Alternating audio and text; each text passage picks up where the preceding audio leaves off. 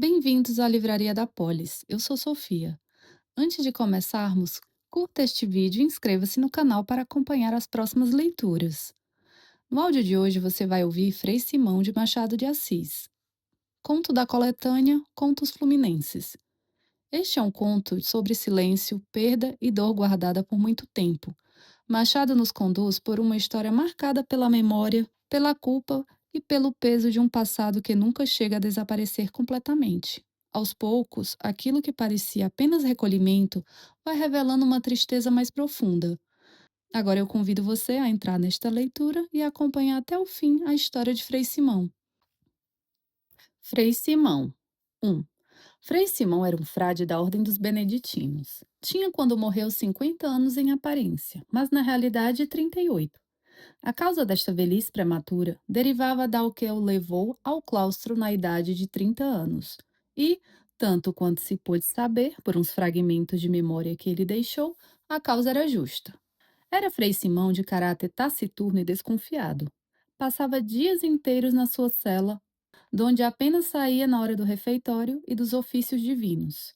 Não contava amizade alguma no convento, porque não era possível entreter com ele os preliminares que fundam e consolidam as afeições. Em um convento, onde a comunhão das almas deve ser mais pronta e mais profunda, Frei Simão parecia fugir à regra geral. Um dos noviços pôs-lhe a alcunha de urso, que ele ficou, mas só entre os noviços, bem entendido. Os frades professos, esses, apesar do desgosto que o gênio solitário de Frei Simão lhes inspirava, sentiam por ele certo respeito e veneração. Um dia, anuncia-se que Frei Simão adoecera gravemente. Chamaram-se os socorros e prestaram ao enfermo todos os cuidados necessários. A moléstia era mortal. Depois de 5 dias, Frei Simão expirou. Durante estes 5 dias de moléstia, a cela de Frei Simão esteve cheia de frades. Frei Simão não disse uma palavra durante esses 5 dias, só no último, quando se aproximava o minuto fatal. Sentou-se no leito, fez chamar para mais perto o abade, e disse-lhe ao ouvido com voz sufocada e em tom estranho: Morro odiando a humanidade. O abade recuou até a parede ao ouvir estas palavras e o tom em que foram ditas. Quanto a Frei Simão, caiu sobre o travesseiro e passou a eternidade. Depois de feitas ao irmão finado as honras que se lhe deviam, a comunidade perguntou ao seu chefe que palavras ouvira tão sinistras que o assustaram. O abade referiu-as persignando-se. Mas os frades não viram nessas palavras senão um segredo do passado, sem dúvida importante, mas não tal que pudesse lançar o terror no espírito do abade. Este explicou-lhes a ideia que tivera quando ouviu as palavras de Frei Simão, no tom em que foram ditas e acompanhadas do olhar com que o fulminou. Acreditara que Frei Simão estivesse doudo, mais ainda que tivesse entrado já doudo para a ordem. Os hábitos da solidão e taciturnidade a que se votara o frade pareciam sintomas de uma alienação mental de caráter brando e pacífico. Mas durante 8 anos, parecia impossível aos frades que Frei Simão não tivesse um dia revelado de modo positivo a sua loucura. Objetivaram isso ao abade, mas este persistia na sua crença. Entretanto, procedeu-se ao inventário dos objetos que pertenciam ao finado, e entre eles achou-se um rolo de papéis convenientemente enlaçados com este rótulo: Memórias que há de escrever Frei Simão de Santa Águeda, frade beneditino. Este rolo de papéis foi um grande achado para a comunidade curiosa. Iam finalmente penetrar alguma coisa no véu misterioso que envolvia o passado de Frei Simão, e talvez confirmar as suspeitas do abade. O rolo foi aberto e lido para todos. Eram, pela maior parte, fragmentos incompletos, apontamentos truncados e notas insuficientes. Mas de tudo junto pôde-lhe escolher que realmente Frei Simão estivera louco durante certo tempo. O autor desta narrativa despreza aquela parte das memórias que não tiver absolutamente importância, mas procura aproveitar a que for menos inútil ou menos obscura. 2. As notas de Frei Simão nada dizem do lugar do seu nascimento nem do nome de seus pais. O que se pode saber dos seus princípios é que, tendo concluído os estudos preparatórios, não pôde seguir a carreira das letras como desejava e foi obrigado a entrar como guarda-livros na casa comercial de seu pai. Morava então em casa de seu pai uma prima de Simão, órfão de pai e mãe, que havia por morte deixado ao pai de Simão o cuidado de a educarem e manterem. Parece que os cabedais destes deram para isto. Quanto ao pai da prima órfã, tendo sido rico, perdera tudo ao jogo e nos azares do comércio, ficando reduzido à última miséria. A órfã chamava-se Helena. Era bela, meiga e extremamente boa. Simão, que se educara com ela e juntamente vivia debaixo do mesmo teto, não pôde resistir às elevadas qualidades e à beleza de sua prima. Amaram-se. Em seus sonhos de futuro, contavam ambos o casamento, coisa que parecia mais natural no mundo para corações amantes. Não tardou muito que os pais de Simão descobrissem o amor dos dous. Ora, é preciso dizer, apesar de não haver declaração formal disto nos apontamentos do frade,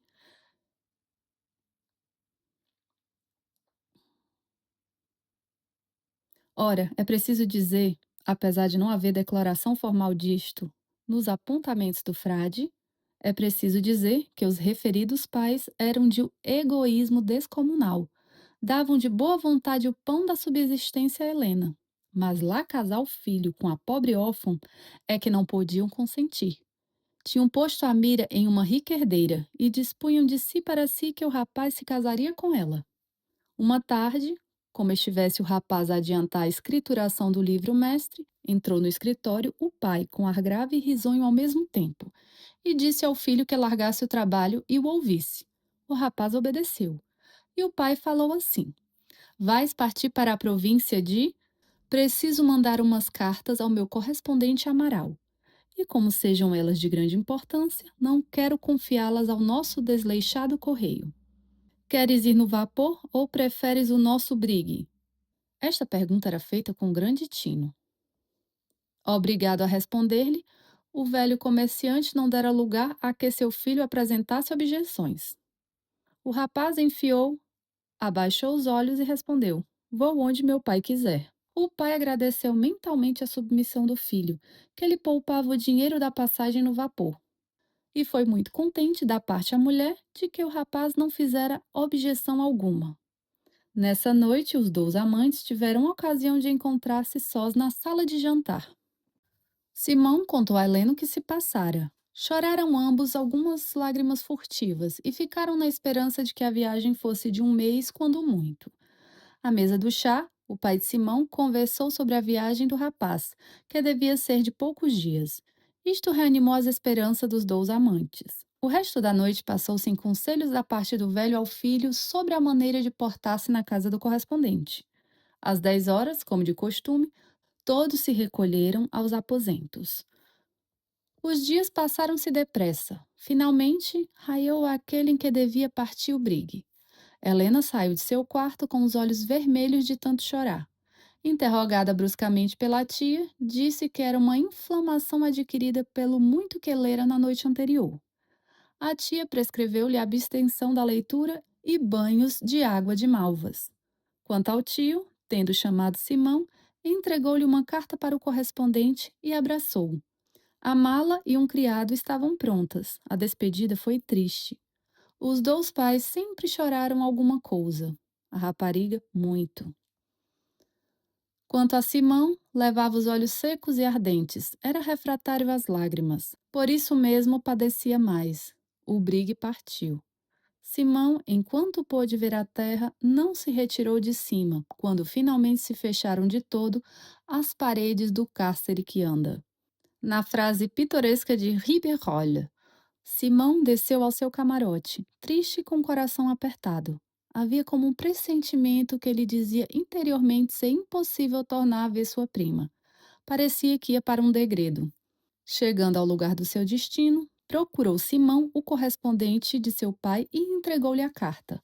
O senhor Amaral leu a carta, fitou o rapaz e, depois de algum silêncio, disse-lhe volvendo a carta: Bem, Agora é preciso esperar que eu cumpra esta ordem de seu pai. Entretanto, venha morar para a minha casa. Quando poderei voltar? Perguntou Simão.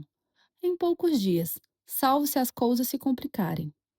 Este salvo, posto na boca de Amaral como incidente, era a oração principal. A carta do pai de Simão versava assim: Meu caro Amaral, motivos ponderosos me obrigam a mandar meu filho desta cidade. Retenha-o por lá o quanto puder. O pretexto da viagem é ter eu necessidade de ultimar alguns negócios com você. O que dirá o pequeno, fazendo-lhe sempre crer que a demora é pouca ou nenhuma. Você, que teve na sua adolescência a triste ideia de engendrar romances, vai inventando circunstâncias e ocorrências imprevistas, de modo que o rapaz não me torne cá antes de segunda ordem. Sou, como sempre, etc. 3. Passaram-se dias e dias e nada de chegar o momento de voltar à casa paterna. O ex-romancista era, na verdade, fértil e não se cansava de inventar pretextos que deixavam convencido o rapaz. Entretanto, como o espírito dos amantes não é menos engenhoso que o dos romancistas, Simão e Helena acharam meio de se escreverem e, deste modo, podiam consolar-se na ausência, com presença das letras e do papel. Bem diz Heloísa que a arte de escrever foi inventada por algum amante separada do seu amante. Nestas cartas, juravam-se os dois sua eterna fidelidade. No fim de 2 meses de espera baldada e de ativa correspondência, a tia de Helena surpreendeu uma carta de Simão. Era a 20ª, creio eu. Houve grande temporal em casa. O tio, que estava no escritório, saiu precipitadamente e tomou conhecimento do negócio. O resultado foi proscrever de casa tinta, penas e papel e instituir vigilância rigorosa sobre a infeliz rapariga. Começaram, pois, a escassear as cartas ao pobre deportado. Inquiriu a causa disto em cartas choradas e compridas. Mas como o rigor fiscal da casa de seu pai adquiria proporções descomunais, acontecia que todas as cartas de Simão iam parar às mãos do velho, que, depois de apreciar o estilo amoroso de seu filho, fazia queimar as ardentes epístolas. Passaram-se dias e meses. Carta de Helena, nenhuma. O correspondente ia esgotando a veia inventadora e já não podia como reter finalmente o rapaz. Chega uma carta a Simão. Era a letra do pai. Só diferençava das outras que recebia do velho em ser esta mais longa, muito mais longa. O rapaz abriu a carta e leu trêmulo e pálido. Contava nesta carta um honrado comerciante que a Helena, a boa rapariga que ele destinava a ser sua filha casando-se com Simão, a boa Helena tinha morrido. O velho copiara algum dos últimos necrológios que vira nos jornais e ajuntara algumas consolações de casa. A última consolação foi dizer-lhe que embarcasse e fosse ter com ele. O período final da carta dizia: Assim como assim não se realizam os meus negócios, não te pude casar com Helena, visto que Deus a levou. Mas volta, filho, vem, poderás consolar-te casando com outra, a filha do conselheiro. Está moça feita e é um bom partido. Não te desalentes, lembra-te de mim. O pai de Simão não conhecia bem o amor do filho, nem era grande águia para avaliá-lo, ainda que eu conhecesse. Dores tais não se consolam com uma carta nem com um casamento. Era melhor mandá-lo chamar e depois preparar-lhe a notícia. Mas dada assim friamente em uma carta, era expor o rapaz a uma morte certa. Ficou Simão vivo em corpo e morto moralmente. Tão morto que, por sua própria ideia, foi dali procurar uma sepultura. Era melhor dar aqui algum dos papéis escritos por Simão relativamente ao que sofreu depois da carta. Mas há muitas falhas, e eu não quero corrigir a exposição ingênua e sincera do frade. A sepultura que Simão escolheu foi um convento. Respondeu ao pai que agradecia a filha do conselheiro, mas que daquele dia em diante pertencia ao serviço de Deus. O pai ficou maravilhado. Nunca suspeitou que o filho pudesse vir a ter semelhante resolução. Escreveu às pressas para ver se o desviava da ideia, mas não pôde conseguir. Quanto ao correspondente, para quem tudo se embrulhava cada vez mais, deixou o rapaz seguir para o claustro, disposto a não figurar em um negócio do qual nada realmente sabia. 4. Frei Simão de Santa Águeda foi obrigado a ir à província natal em missão religiosa. tempos depois dos fatos que acabo de narrar. Preparou-se e embarcou. A missão não era na capital, mas no interior.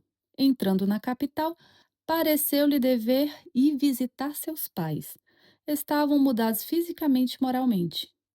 Era com certeza a dor e o remorso de terem precipitado seu filho à resolução que tomou. Tinham vendido a casa comercial e viviam de suas rendas. Receberam um filho com alvoroço e verdadeiro amor. Depois das lágrimas e das consolações, vieram ao fim da viagem de Simão. A que vens tu, meu filho? Venho cumprir uma missão do sacerdócio que abracei. Venho pregar para que o rebanho do Senhor não se arrede nunca do bom caminho. Aqui na capital? Não, no interior. Começo pela vila de. Os dois velhos estremeceram, mas Simão nada viu. No dia seguinte, partiu Simão, não sem algumas instâncias de seus pais para que ficasse. Notaram eles que seu filho nem de leve tocara em Helena. Também eles não quiseram magoá-lo falando em tal assunto. Daí a dias, na vila de que falara Frei Simão, era um alvoroço para ouvir as prédicas do missionário. A velha igreja do lugar estava atopetada de povo. À hora anunciada, Frei Simão subiu ao púlpito e começou o discurso religioso. Metade do povo saiu aborrecido no meio do sermão. A razão era simples. Avezado a pintura viva dos caldeirões de Pedro Botelho e outros pedacinhos de ouro da maioria dos pregadores, o povo não podia ouvir com prazer a linguagem simples, branda, persuasiva, a que serviam de modelo as conferências do fundador da nossa religião. O pregador estava a terminar quando entrou apressadamente na igreja um par, marido e mulher. Ele, honrado lavrador, meio remediado com o sítio que possuía e a boa vontade de trabalhar. Ela, senhora estimada por suas virtudes, mas de uma melancolia invencível. Depois de tomarem água benta, colocaram-se ambos em lugar de onde puderam ver facilmente o pregador. Ouviu-se então um grito, e todos correram para a recém-chegada, que acabava de desmaiar.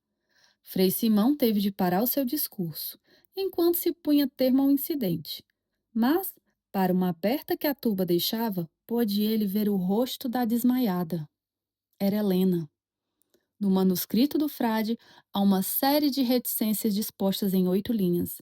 Ele próprio não sabe o que se passou, mas o que se passou foi que, mal conhecer Helena, continuou o frade o discurso. Era então outra coisa. Era um discurso sem nexo, sem assunto, um verdadeiro delírio. A consternação foi geral. 5. O delírio de Frei Simão durou alguns dias. Graças aos cuidados, pôde melhorar e pareceu a todos que estava bom, menos ao médico que queria continuar a cura. Mas o frade disse positivamente que se retirava ao convento e não houve forças humanas que o detivessem. O leitor compreende naturalmente que o casamento de Helena fora obrigado pelos tios. A pobre senhora não resistiu à comoção. 2 meses depois, morreu, deixando inconsolável o marido que a amava com veras. Frei Simão, recolhido ao convento, tornou-se mais solitário e taciturno. Restava-lhe ainda um pouco de alienação. Já conhecemos o acontecimento de sua morte e a impressão que ela causara ao abade. A cela de Frei Simão de Santa Águeda esteve muito tempo religiosamente fechada. Só se abriu algum tempo depois para dar entrada a um velho secular, que por esmola alcançou do abade acabar os seus dias na convivência dos médicos da alma. Era o pai de Simão. A mãe tinha morrido. Foi crença, nos últimos anos de vida deste velho, que ele não estava menos doudo que Frei Simão de Santa Águeda. Jornal das Famílias, junho de 1864. Você ouviu Frei Simão de Machado de Assis. Neste conto, o que permanece não é apenas a tragédia em si, mas a forma como ela continua vivendo dentro de quem ficou. Machado mostra que certas dores não fazem alarde. Elas se recolhem, se calam, mas não deixam de existir, e talvez por isso mesmo sejam ainda mais fortes. Frei Simão é um conto sobre aquilo que o tempo não apaga, sobre o sofrimento que se transforma em destino e sobre a solidão de quem carrega a própria história com um peso impossível de dividir. No fim, ficamos com a pergunta: o que realmente nos condena mais? A perda que sofremos ou a lembrança que nunca conseguimos deixar para trás? Se você gostou dessa leitura, curta o vídeo, inscreva-se no canal e acompanhe a Livraria da Polis para continuar ouvindo os clássicos. Até uma próxima leitura.